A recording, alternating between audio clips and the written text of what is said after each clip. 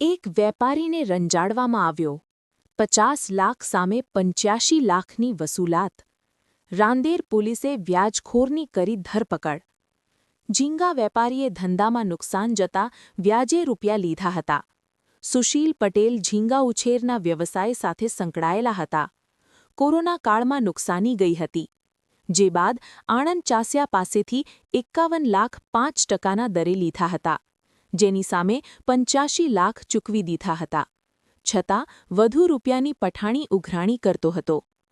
ઝીંગા વેપારીના ઘરે આવી તેની પત્નીને પણ ધમકી આપી હતી. 85 લાખ પડાવ્યા બાદ જમીન પણ બળજબરીપૂર્વક લખાવી લેવામાં આવી હતી.